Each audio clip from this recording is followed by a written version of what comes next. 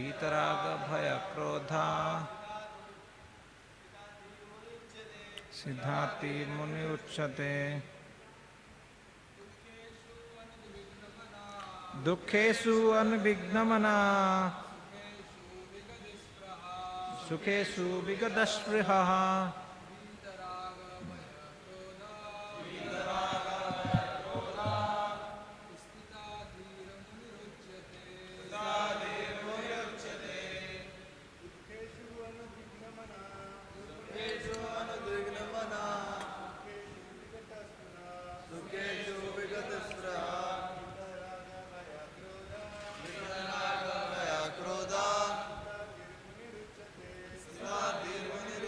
शब्दार्थ दुखेषु दुखेषु तीनों तापों में अनुद्विग्न मना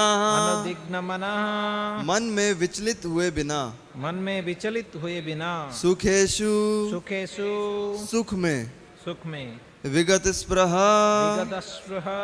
रुचि रहित होने वीत मुक्त राग आसक्ति भय क्रोध तथा क्रोध से स्थिताधि स्थिर मन वाला मुनि उच्यते कहलाता है। अनुवाद तथा तात्पर्य श्रील भक्ति वेदांत स्वामी प्रभुपाद जी के द्वारा। जो त्रय तापों के होने पर भी मन में विचलित नहीं होता अथवा सुख में प्रसन्न नहीं होता और जो आसक्ति भय तथा क्रोध से मुक्त है वह स्थित मन वाला मुनि कहलाता है। तात्पर्य मुनि शब्द का अर्थ है वह जो शुष्क चिंतन के लिए मन को अनेक प्रकार से उद्वेलित करे किंतु किसी तथ्य पर ना पहुंच सके। कहा जाता है कि प्रत्येक मुनि का अपना अपना दृष्टिकोण होता है और जब तक एक मुनि अन्य मुनियों से विभिन्न ना हो तब तक उसे वास्तविक मुनि नहीं कहा जा सकता। न चास विशीर यस्य मतम न भिन्नम, किंतु जिस स्थिताधि मुनि का भगवान ने यहाँ उल्लेख किया है वह सामान्य मुनि से भिन्न है। स्थिताधि मुनि सदैव कृष्ण भावना भावित रहता है क्योंकि वह सारा सृजनात्मक चिंतन पूरा कर चुका होता है। वह प्रशांत निशेष मनोरंथांतर कहलाता है या जिसने शुष्क चिंतन की अवस्था पार कर ली है और इस निष्कर्ष पर पहुंचा है कि भगवान श्री कृष्ण या वासुदेव ही सब कुछ हैं। वासुदेव सर्वमिति सहमात्मा सुदुर्लभा, वह स्थिर चित्त मुनि कहलाता है। ऐसा कृष्ण भावना भावित व्यक्ति तीनों तापों के संघात से तनिक भी विचलित नहीं होता क्योंकि वह इन कष्टों को भगवत कृपा के रूप में लेता है और पूर्व पापों के कारण अपने को अधिक कष्ट के लिए योग्य मानता है और वह देखता है कि उसके सारे दुख भगवत कृपा से रंच मात्र रह जाते हैं। इसी प्रकार जब वह सुखी होता है तो अपने को सुख के लिए अयोग्य मानकर इसका भी श्रेय भगवान को देता है। वह सोचता है कि भगवत कृपा से ही ऐसी सुखद स्थिति में है और भगवान की सेवा और अच्छी तरह से कर सकता है और भगवान की सेवा के लिए तो वह सदैव साहस करने के लिए संलग्न रहता है। वह राग या विराग से प्रभावित नहीं होता।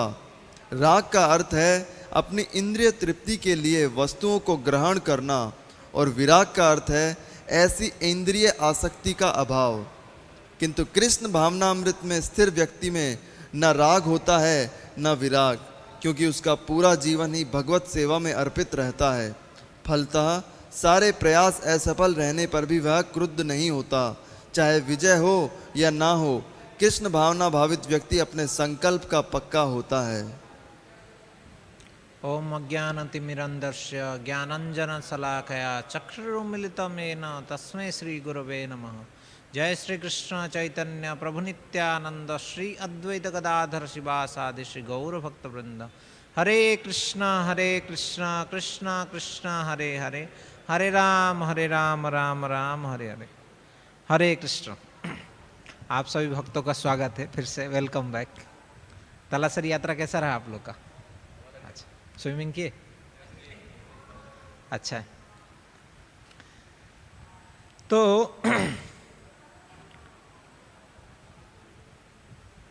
आज का बहुत पवित्र तिथि है। 2 महान आचार्यों का आविर्भाव तिथि है आज। तो ऐसे आचार्यों जो कि भक्ति विनोद ठाकुर हमको वो चीज़ दिए, हम कभी कल्पना नहीं कर सकते हैं। जितने भी ये आचार्य होते हैं वो कोई साधारण बद्ध जीव नहीं होते हैं, वो असाधारण और वो ये जगत के भी नहीं होते हैं। ऐसे महान आचार्य आज प्रकट हुए हैं। नामाचार्य हरिदास ठाकुर जो कि स्वयं भगवान श्री कृष्ण चैतन्य महाप्रभु उनको आचार्य की उपाधि दिए। हरिदास ठाकुर को नामा आचार्य, वो भी नाम के आचार्य है। तो आज हम कुछ ऐसे महान आचार्यों के बारे में कुछ श्रवण करेंगे कि ये संसार में जैसे भगवान यदा यदा हि धर्मस्य ग्लानिर्भवति भारत अभ्युत्थानम् अधर्मस्य तदात्मानं सृजाम्यहम् परित्राणाय साधूनां विनाशाय च दुष्कृतां धर्मसंस्थापनार्थाय संभवामि युगे युगे। उसी प्रकार आचार्य भी आते हैं। प्रभुपाद जी बहुत बार आप लेक्चर में सुने रहेंगे, प्रभुपाद जी ये भी बताते हैं कि भगवान भी आते हैं, उनका नौकर चाकर भी आते हैं। तो उसी प्रकार ये आचार्य क्यों आते हैं? तो जो हरिदास ठाकुर थे उनका जन्म एक मुस्लिम परिवार में हुआ था, और मुस्लिम परिवार में होते हुए भी वो भगवान पे आसक्त थे। जो आचार्य होते हैं वो बचपन से ही भगवान पे आसक्त रहते हैं। उनका जीवन, आप उनका जीवन शैली पढ़ लो, जन्म से लेकर वो बचपन से ही आसक्त रहते हैं। क्यों? क्योंकि वो बद्ध जीव नहीं होते हैं। बद्ध जीव घर परिवार, माता पिता, संपत्ति, इसमें आसक्त होता है। मगर जो आचार्य होते हैं वो केवल कृष्ण के है, उनका जो प्राण है ना वो कृष्ण है। तो वो आचार्य, मगर हम ऐसे देखते भी है भक्ति विनोद ठाकुर जी के बारे में भी, पहले हम हरिदास ठाकुर जी के बारे में चर्चा करेंगे, बाद में भक्ति विनोद ठाकुर। तो हरिदास ठाकुर में एक मुस्लिम परिवार में जन्म लिए, मगर वो कृष्ण में मति था, मति पूरे कृष्ण में। और जब हरिदास ठाकुर पूरे, हम सुनते हैं इतने सारे कथाएं जो कि हरिदास ठाकुर को इतने, सबसे बड़ा कथा ये आता है कि जब उनको 22 बाजार में मारा गया, इतने सारे तकलीफ उठाए वो, फिर भी वो हरिनाम नहीं छोड़ते थे। वो बोलते थे खंडु खंडु होई यदि पिंडु जाए प्राण तथापि बदन छाड़ी ना छाड़ी वो हरिनाम। हमको अगर 1-2 थप्पड़ मार दे या बंदूक टान देगा सर के पास तो तुरंत छाड़ देंगे, बट वो नहीं छोड़ते। क्यों? उनका प्राण जो है वो हरिनाम है। हरिनाम को छोड़ दिए तो अपना प्राण को छोड़ देने के जैसा। तो हरिदास ठाकुर, जब एक कथा हरिदास ठाकुर जी के बारे में हम चर्चा करेंगे। चैतन्य महाप्रभु हरिदास ठाकुर और नित्यानंद प्रभु को बुलाए। सुनो सुनो नित्यानंद, सुनो हरिदास, आमार अज्ञात सर्वत्र करहो प्रकाश। घरे घरे गिया करो ए भिक्षा, बोलो कृष्ण भज कृष्ण कर कृष्ण शिक्षा। हे नित्यानंद, हे हरिदास ठाकुर, यहाँ आओ। चैतन्य महाप्रभु बुलाए, बोले कि आप जाओ प्रत्येक घर घर में, क्या करो? डोनेशन कलेक्शन करो, भिक्षा मांगो। क्या भिक्षा? जाकर प्रत्येक घर घर में ये भिक्षा करो कि आप कृष्ण का नाम जप करो, बोलो कृष्ण, आप हरे कृष्ण महामंत्र जप करो, भजो कृष्ण, हरे कृष्ण महामंत्र जप करो, भजन करो, करो कृष्ण शिक्षा। कृष्ण की जो शिक्षा है वो भगवत गीता और श्रीमद् भागवतम में है। वो भगवत गीता और भागवतम के अनुसार अपना जीवन को निर्वाह करो, ये प्रचार करने के लिए बोले। तो गए हरिदास ठाकुर और नित्यानंद प्रभु। जब गए,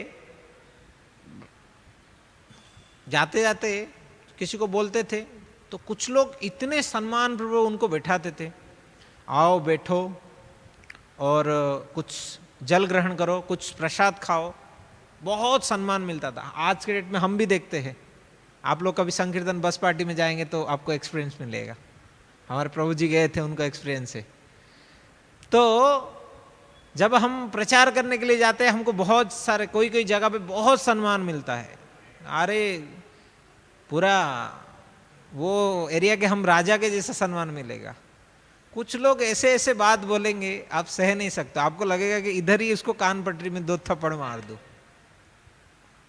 ऐसा लगेगा। तो ऐसे ही प्रचार करते हुए जाते समय जब क्या हुआ, उनको अच्छे लोग मिले। कुछ लोग बोलते थे ए हमारे घर में मत आओ, आप इसीलिए आ रहे हो, दिन में टारगेट करके जा रहे हो कि क्या है, कैसा क्या करना है, रात को आकर हमारा घर लूटोगे, इसीलिए कुछ लोग भगा देते थे।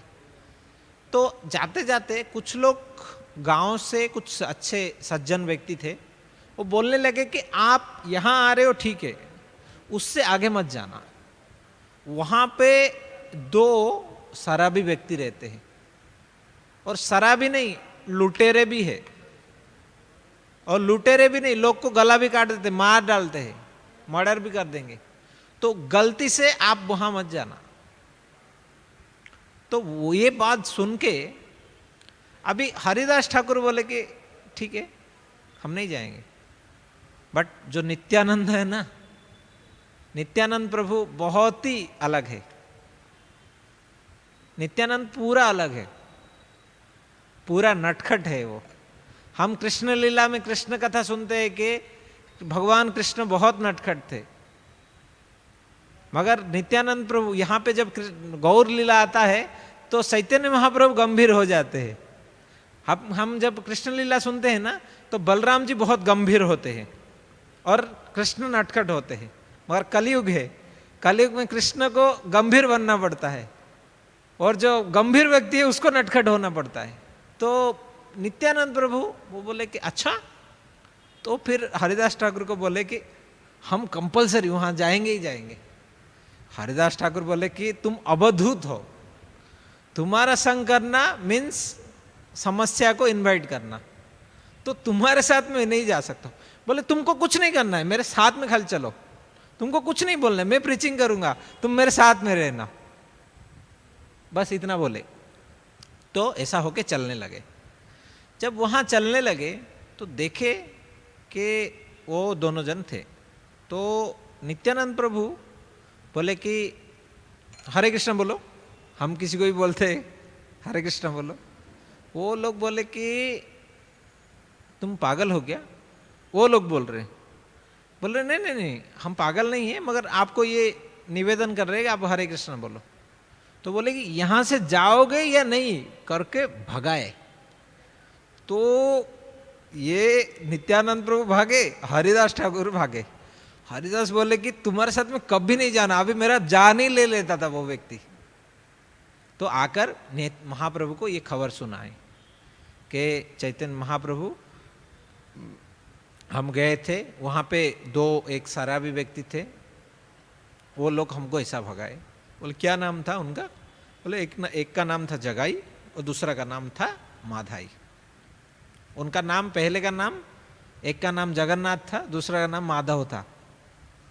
वो लोग इतने गलत कार्य करने लगे, ब्राह्मण परिवार से जन्म लिए थे, मगर ऐसे गलत कार्य करते होते उनको लोग और जगन्नाथ बलराम करके नहीं बुलाते, जगाई और माधाई बोलते थे। तो ऐसे वो व्यक्ति थे। तो ये सब घटना सुने थे। बाद में क्या हुआ, फिर से दोबारा बोले कि जाने के लिए, ठीक है महाप्रभु प्रसन्न हुए, बोले अच्छा हुआ तुम प्रचार कर रहे हो। तो जब दोबारा गए तो बहुत गुस्सा हुए। जो माधाई थे वो उनको एक मटका, ऐसा पत्थर था, पत्थर आई थिंक, वो मारने लगे। जब नित्यानंद प्रभु को लगा सर में, उनका खून आने लगा, वो हम तस्वीर देख सकते हैं। तो जब ऐसा खून आने लगा तो वो तो आ गए। जब ये घटना महाप्रभु को बताए, महाप्रभु पूरा उग्र रूप धारण किए। तो जब उग्र रूप धारण करके महाप्रभु सुदर्शन को आह्वान किए कि इन दोनों को मैं मार डालूंगा, तब नित्यानंद प्रभु को बोलने लगे कि उनको मत मारो, क्योंकि आपका जो अवतार हुआ है ना कृष्ण प्रेम देने के लिए, अगर आप उनको मार के देखो, दूसरे युग में जब सतयुग में हम देखते हैं भगवान ने बहुत सारे असुरों को मारा, और हम द्वापर तृतीय युग देखते हैं भगवान रामचंद्र जी ने भी बहुत सारे असुर राक्षसों को मारा। उसके बाद द्वापर युग भी देखते हैं, द्वापर युग में भी भगवान ने बहुत सारे असुर को राक्षसों को मारा। तो बलराम जी नित्यानंद प्रभु बोलने लगे कि आपका जो ये अवतार है ना, मारने के लिए नहीं है। परम पूज्य लोकनाथ महाराज जी का एक लेक्चर में सुन रहा था, महाराज बोल रहे थे कि पहले क्या है, असुर लोग बड़े होते थे, ठीक है, अभी असुर लोग जो है ना बहुत छोटे हो गए, वो हृदय के अंदर है, काम क्रोध लोभ मोह मद माश्चर्य के रूप में वो असुर है। तो बोले कि इनके अंदर जो असुरी प्रवृत्ति है उसको मारना है। तो महाप्रभु ने उनको कृपा किया और उनको कृष्ण प्रेम दिए। तो ये जो प्रेम उनको प्राप्त हुआ, उनका हरिदास ठाकुर और नित्यानंद प्रभु के वजह से। एक बार ऐसे ही एक स्थान पे हरिदास ठाकुर प्रचार कर रहे थे, तो वो स्थान पे जब गए, हरिदास ठाकुर प्रचार कर रहे थे, वो समय पे वहाँ के जो मुस्लिम राजा थे वो सोचने लगे कि ये हमारे जो हिंदू धर्म का ये प्रचार कर रहा है, इसको ये साधु संत है, और उनको मालूम है कि इस साधु संत को, इनको अगर पथभ्रष्ट करना है तो क्या उपाय करना चाहिए। तो वो उनको हरिदास ठाकुर को भ्रष्ट करने के लिए एक वेश्या को भेजे वहाँ। हरिदास ठाकुर जा रहे थे। हरिदास ठाकुर अभी क्या है, शुद्ध भक्त जो होते हैं वो सब चीज़ जानते हैं। तो वो क्या किए, वो गांव में स्पेशली रुके उनके लिए, और वो वेश्या को वो राजा ने भेजा, मुस्लिम राजा ने। जब मुस्लिम राजा ने उनको भेजा वेश्या को, तो हरिदास ठाकुर जप कर रहे थे। तो हरिदास ठाकुर के पास आकर वो बोलने लगे कि मैं आपसे कुछ इच्छा करना चाहता हूँ। क्यों? आप जो वैष्णव होते हैं वो वांछा कल्पतरु रूपेषु होते हैं। इसका अर्थ ये होता है कि वो हर कोई इच्छा को पूरी करते हैं वैष्णव। तो वो आकर बोलने लगे कि मेरा कुछ इच्छा है। वो बोले कि ठीक है, मैं आपका इच्छा पूरी करूँगा, मगर मेरा कुछ निवेदन है कि मेरे को अपने गुरु महाराज जो आज्ञा दिए है कि मेरा ये कंपलसरी में माला जप करूँगा, 16 राउंड में कंप्लीट करने के बाद ही बात करूँगा हम लोग के लिए। वो 3 लाख नाम जप करते थे। तो उनको जब बोला गया कि आप, वो बोले कि ठीक है, आप वहाँ पे तुलसी महारानी हैं, बैठो, आप बैठे रहो, मैं जप करता हूँ, जप खत्म होने के बाद आपसे बात करता हूँ। अपना जप चालू किए। अब 3 लाख, हमको 16 माला मिलता है, कुछ इधर उधर होता है तो पूरा रात 11 बजता है, और उनको 3 लाख गए, तो समझ लो कंटिन्यू चल रहा है। रात हो गया, इंतजार करते करते करते थक गया वो बेचारी वेश्या। तो बोला कि ओके, वो चला गया राजा के पास। बोला कि आज मैं ट्राई किया था बट सक्सेस नहीं हुआ। बोलते ठीक है, और एक बार ट्राई करो। दूसरा दिन आए, बोले ओके, मगर मेरा कोटा वो, हाँ ये भी है। हरिदास ठाकुर बोले कि सॉरी, माफ़ कर दीजिएगा कि आज मेरा माला जब कंप्लीट मेरा भी नहीं हो पाया, आपसे क्या बात करूं, मेरे का जो 3 लाख कोटा है वो कोटा पूरा नहीं हो पाया, आपसे कल बात करता हूं। तो कल कंटिन्यू आता। बोले कि ठीक है, मेरा माला जप करने दो। जब हरिदास ठाकुर नाम जप कर रहे थे ना, उनको सुनाई भी दे रहा था। नाम इतना पावरफुल है ना, वो पत्थर को पिघला सकता है। साधारण हमारा मनुष्य का हृदय क्या बड़ी बात है, पत्थर भी पिघल जाता है। वो एक भजन है ना, पशु पक्षी छुणे पाषाण विदरे, पत्थर भी पिघल जाता है। तो दूसरा दिन भी इंतजार किया वो वेश्या ने, मगर उनका माला कंप्लीट नहीं हुआ। फिर से बोले कि मेरा माला कंप्लीट नहीं हो पाया, आप परसों आओ। परसों जब आए, ये नाम सुने, उनका नाम क्या शुद्ध नाम था। वो भगवान के नाम में ही रसास्वादन कर रहे थे हरिदास ठाकुर। हम नाम और सारे मन में विचारधारा आ जाता है, इसीलिए नाम का रस आस्वादन नहीं कर पाते हम। तो वो नाम, शुद्ध नाम, प्रेम नाम सुनते सुनते वो वेश्या के अंदर कृष्ण भक्ति जागृत हुआ। वो इतने उन्नत हो गया, वो माला जप करने लगा। देखो, भक्त का संग करने से ना असाधु भी साधु बन जाता है। ये भक्त का संग का प्रभाव है। इसीलिए हमारा कहा गया ना, साधु संग सर्वशास्त्र का है, लव मात्र साधु संगे सर्वसिद्धि है। हमारा अगर सिद्धि हो सकता है, कुछ प्रगति हो सकता है हमारा जीवन में, हम अगर उन्नति कर सकते हैं तो केवल साधु संग में। साधु संग करेंगे, हमारा हर कोई प्रकार के सिद्धि हो सकता है। लोग बड़े अशांत है, मन से दुखी है, आओ साधुओं के संग करो, साधुओं से हरि कथा सुनो। जितने भी हमारे जीवन में दुख है, कष्ट है, जो कोई समस्या है, केवल साधु संग में ही हमारा दूर हो सकता है। तो जब हरिदास ठाकुर की वो वेश्या ने संग एसोसिएशन मिला उनको, तब उनका हृदय परिवर्तन हो गया। वो 1 लाख नाम जप करने लगा। तो उनका नाम कुछ हीरा था। तो वो जब आया था ना, वो संकल्प करके आया था कि हरिदास को हीरादास बनाऊंगा। वो हरिदास ठाकुर है ना, उनको मैं अपना दास बनाऊंगा। और वो 3 दिन के बाद ना वो हरि की दास बन गई। तो ये भगवान की नाम की महिमा है।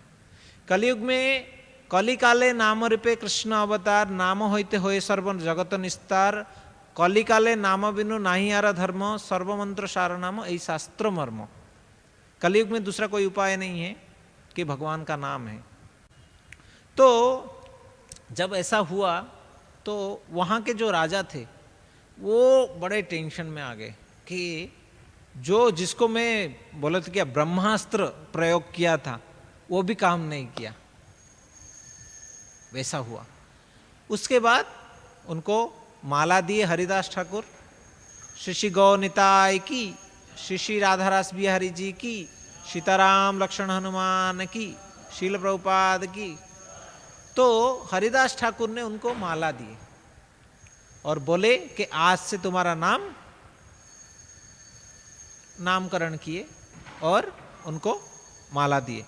और उनको बोले कि आप 1 लाख नाम जप करना तुलसी महारानी के पास। और उनको बोले कि आप बहुत धन संपत्ति अर्जित किए हो। और वो कैसा, बहुत ही पापमय धन संपत्ति। वो वेश्या थे, तो उनका जो कार्य था वो दूसरे को आकर्षित करना और उनसे पैसा लेना।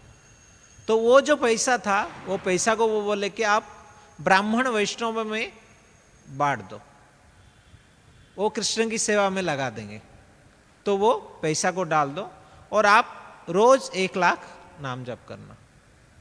तो हरिदास ठाकुर के वजह से ऐसे वेश्या भक्त बन गई।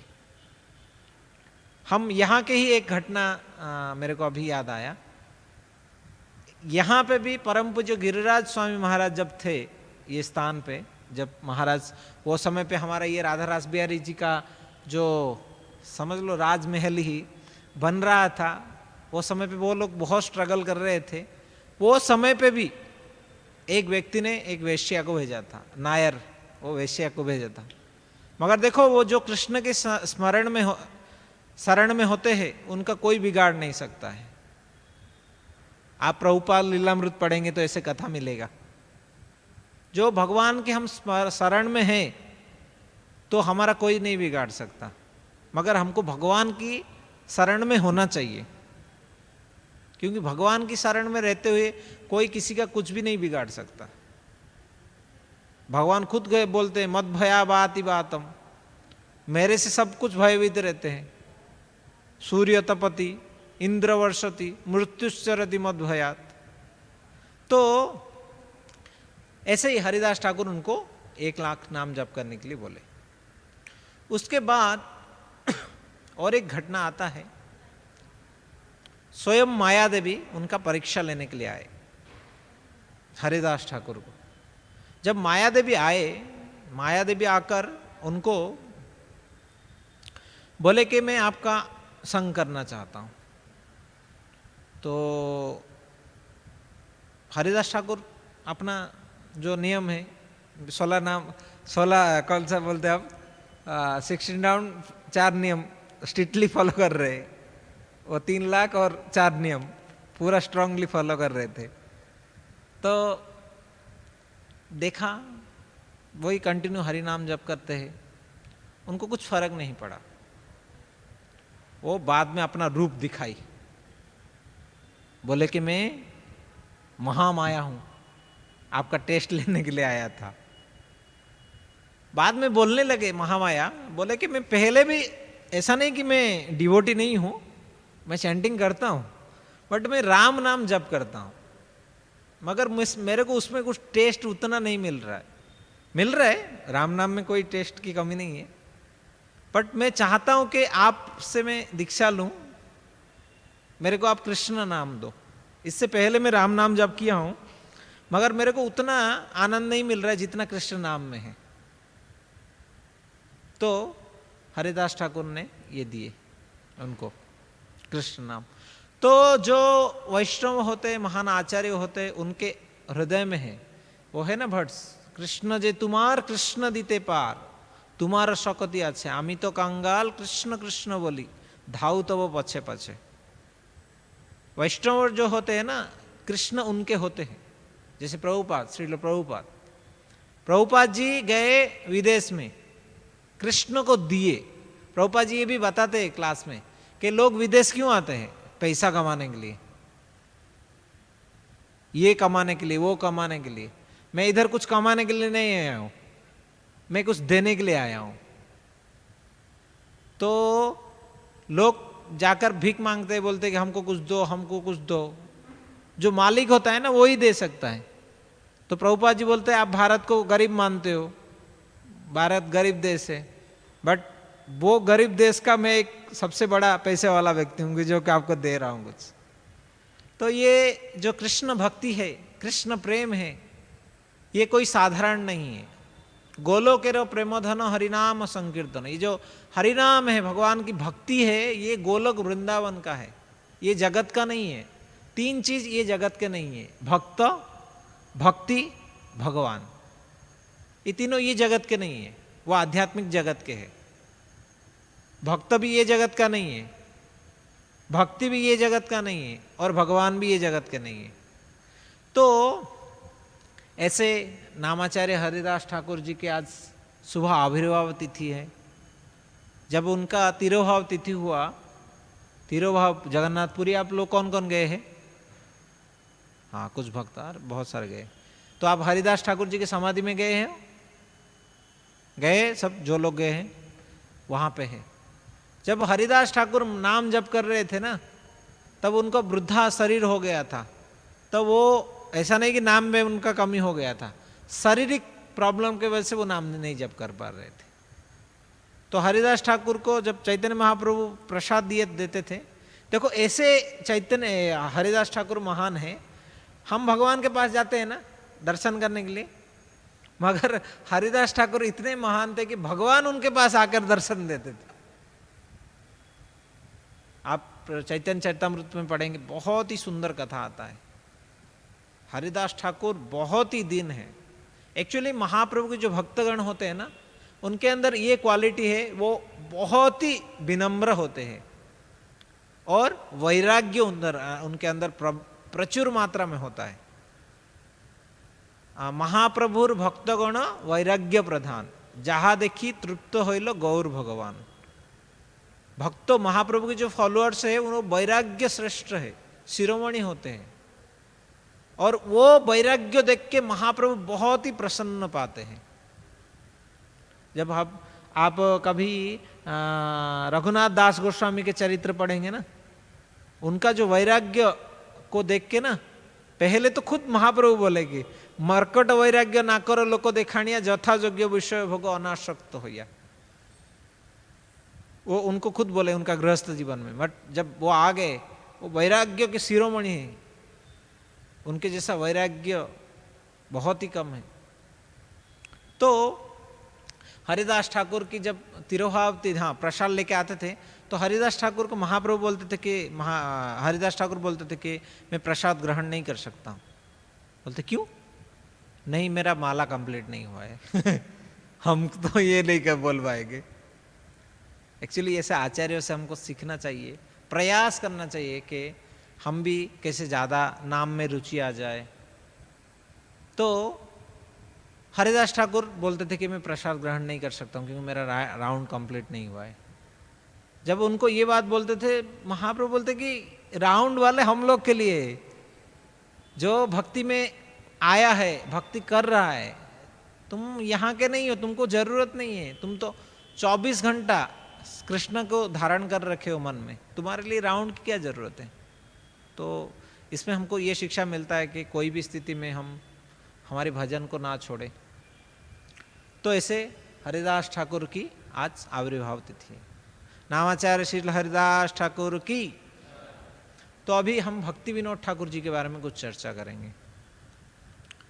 जो भक्ति विनोद ठाकुर, ऐसा हमारे आचार्य वर्ग कहते हैं कि वो 7वें गोस्वामी हैं। 6 गोस्वामी हम हैं ना, श्री रूप श्री सनातन भट्ट रघुनाथ, श्री जीव गोपाल भट्ट दास रघुनाथ। उसी प्रकार 7वें जो गोस्वामी हैं सच्चिदानंद भक्ति विनोद ठाकुर। भक्ति विनोद ठाकुर महान भक्त हुए। महान क्या, एक सखी है वो, सखी है वो, सखी भाव से सेवा करते थे। मगर वो उनका जो भजन है वो 3 प्रकार के हैं। वो 3 है ना, अभिधेय, संबंध और प्रयोजन। उनका भजन भी उसी प्रकार के हैं। एक भजन उनके बारे में कुछ आज हम बोल लेंगे, उसका ट्रांसलेशन पढ़ लेंगे।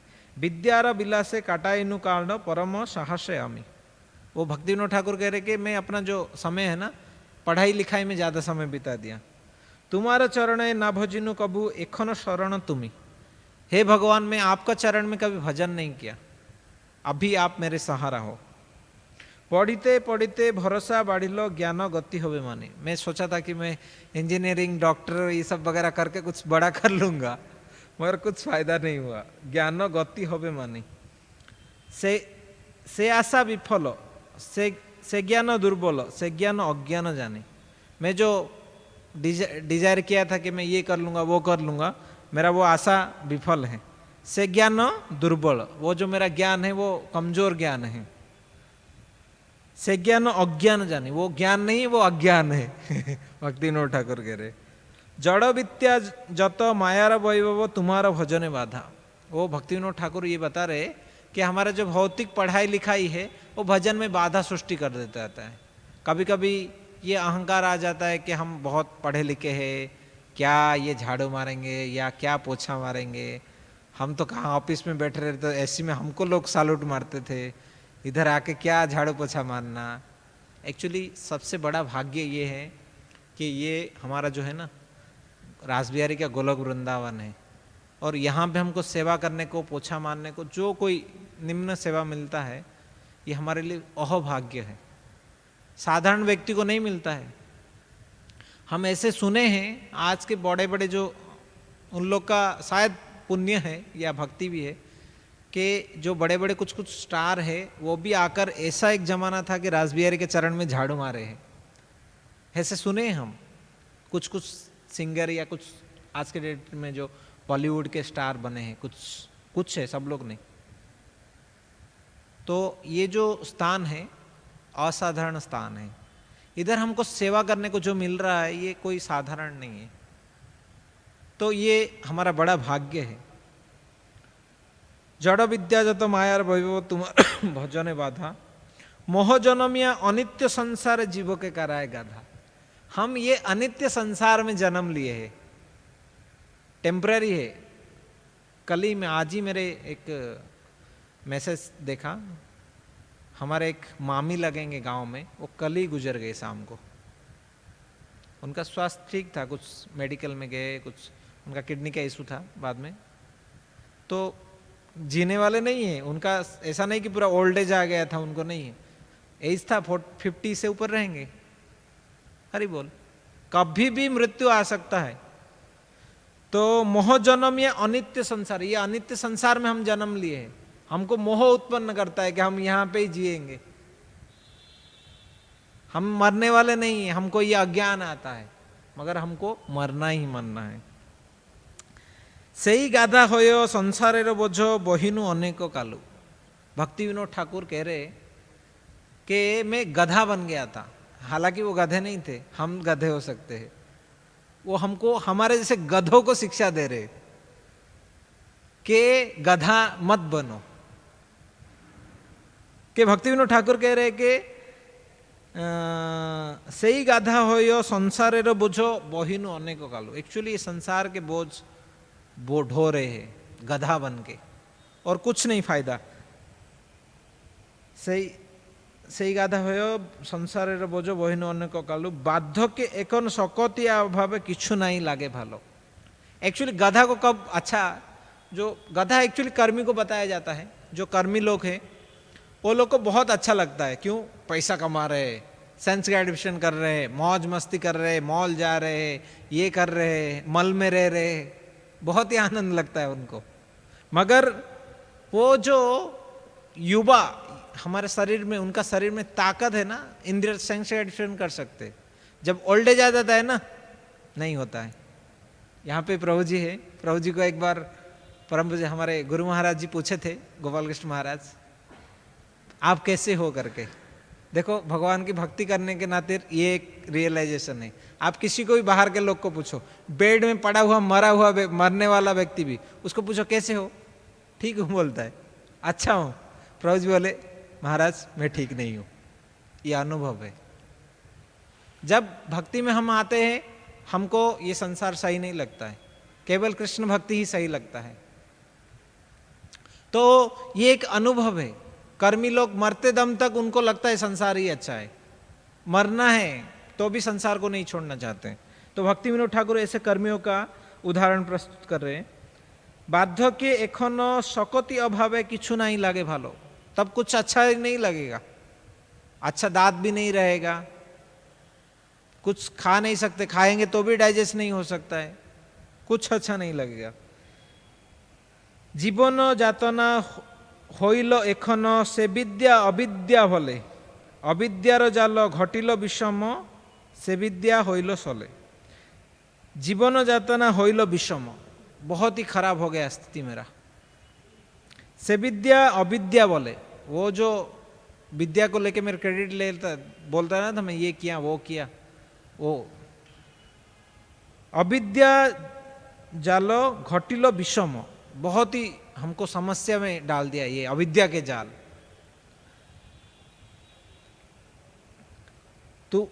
तुम जीवर तुम्हारो चरण बिनु किछु धन संसारे ना अच्छे आरो। भक्ति विनोद ठाकुर कह रहे कि हे भगवान, हे रासबिहारी, आपके चरण के बिना और कोई ये संसार में बड़ा धन नहीं है। मेरे को लग रहा था कि कुछ मैं बहुत पैसा कमा लूं, विदेश चला जाऊं, कुछ वहां पे ये कर लूं वो कर लूं, मगर सबसे बड़ा धन आपका चरण कमल है। तुम्हारा चरण बिनु किछु धन संसारे ना अच्छे आरो। भक्ति विनोद जड़ विद्या छाड़ी तुआ पद कर सार। ये शिक्षा दे रहे कि ये जो जड़ विद्या हमारे लिए कुछ फायदामंद नहीं होने वाला, केवल भगवान की चरण कमल हमारे लिए फायदा है, भगवान की भक्ति ही हमारे लिए फायदा है। यहाँ पे कितना भी कमा लो कुछ नहीं कर सकते हो। बहुत लोग बहुत पैसा कमा रहे मगर उनका जीवन में सुख शांति आनंद नहीं है जितना भक्त के जीवन में है। तो ऐसे ही भक्ति विनोद ठाकुर अनेक भजन लिखे हैं। तो ऐसे भक्ति विनोद ठाकुर के आज आविर्भाव तिथि है। भक्ति विनोद ठाकुर, आपको मालूम है जब प्रभुपाद जी विदेश जाने से पहले भक्ति विनोद ठाकुर उनके टाइम पे वो बुक डिस्ट्रीब्यूशन चालू कर दिए थे। हमारे गौड़ीय धारा के पहला बुक डिस्ट्रीब्यूशन पार्टी कौन कौन थे? हाँ, और यस, लोचन दास, सॉरी, नरोत्तम दास ठाकुर, श्रीनिवास आचार्य, सामानंद। तो ये तीनों, वो कहा जाता है कि हमारे गौड़ीय जो धारा के वो फर्स्ट संकीर्तन बस पार्टी वो निकले थे। तो वैसे ही प्रभुपाद जी ने ये धारा को, आचार्य जो होते हैं वो अपना आधार पे चलते। तो भक्ति विनोद ठाकुर वैसे चाहते थे। भक्ति विनोद ठाकुर चाहते थे कि एक बार क्या हुआ, जब चैतन्य महाप्रभु का वो जो स्थान था, वो स्थान को लोग बड़े कंफ्यूज में थे कि ये मियाँपुर है या मायापुर है, वो थोड़े कंफ्यूज में चल रहा था। तो वो समय पे भक्ति विनोद वो टाइम पे जगन्नाथ दास बाबा जी महाराज थे और उनका आयु बहुत ज़्यादा हो गया था। ज़्यादा होने के नाते वो, उनका जो पलक है ना वो भी उठा नहीं पाते थे। और उनके जो एक सेवक थे, क्या नाम था उनका? हाँ, बिहारी, यस। तो वो उनका सेवा कर रहे थे। तो भक्ति विनोद ठाकुर जब अपने घर पे रहते, आप भक्ति विनोद ठाकुर के घर पे गए कोई? मायापुर, हाँ, वहाँ पे श्रीधाम मायापुर दर्शन दिखता है, एक नदी है उसके उस पार। तो भक्ति विनोद ठाकुर, एक बार भक्ति विनोद ठाकुर और भक्तिसिद्धांत सरस्वती महाराज ठाकुर वहाँ पे खड़े होके देख रहे थे। तो बहुत ज़्यादा प्रकाश दिख रहा था। उनके पास उनका नौकर भी था, ठीक है।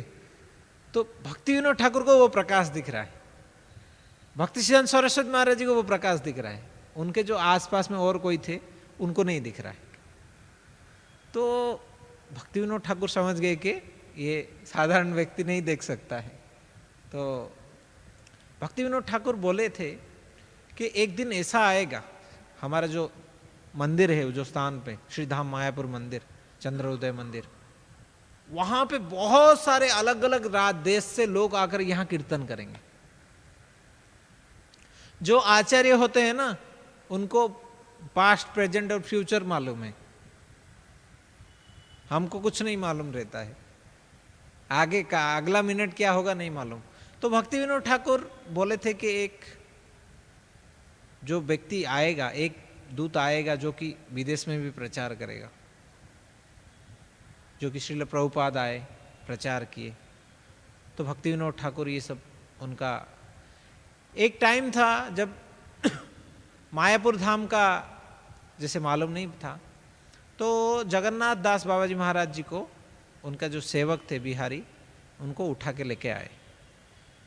क्योंकि जब कथा वो वहाँ पे मियाँपुर आता था, तो मियाँपुर थोड़े कन्फ्यूजमेंट थे कि ये मियाँपुर है या मायापुर। वो कन्फ्यूज क्यों था? क्योंकि जब महाप्रभु संन्यास आश्रम ग्रहण किए, संन्यास लेने के बाद वो नदी पार करके गए थे, और जो एरिया को मायापुर बताया जा रहा था वहाँ उसके आगे ऐसा कुछ नदी टाइप का नहीं था। तो वो चीज़ के नाते वो असुविधा था। तो भक्ति विनोद ठाकुर आए, देखे कि वो जगह एक स्थान है जहाँ पे चैतन्य महाप्रभु का जन्मस्थली है, वहाँ पे एक मुस्लिम खेती कर रहा था कुछ। तो उनको वो बोला कि, वो पूछने लगा ये तुलसी का पेड़, वहाँ पे बहुत सारे तुलसी महारानी का पेड़ था, तो पूछने लगा कि ये तुलसी का पौधा यहाँ कैसे? बोलते कि यहाँ से मैं बहुत बार काट चुका हूँ, बहुत बार खेती भी किया हूँ, मगर यही आ जाता है।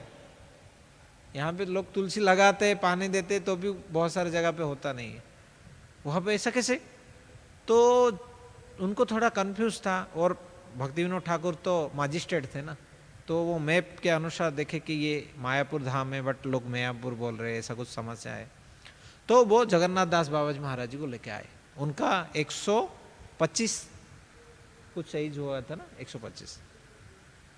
तो वहाँ पे जब आए जगन्नाथ दास बाबा जी महाराज, वो अपने उसमें थे, जब वो स्थान पे आए वो जंप कर लिए, गौरंग गौरंग ऐसा बोलने लगे। जब बोलने लगे भक्ति विनोद ठाकुर कंफर्म हो गए कि ये 100% चैतन्य महाप्रभु का जन्मस्थल है।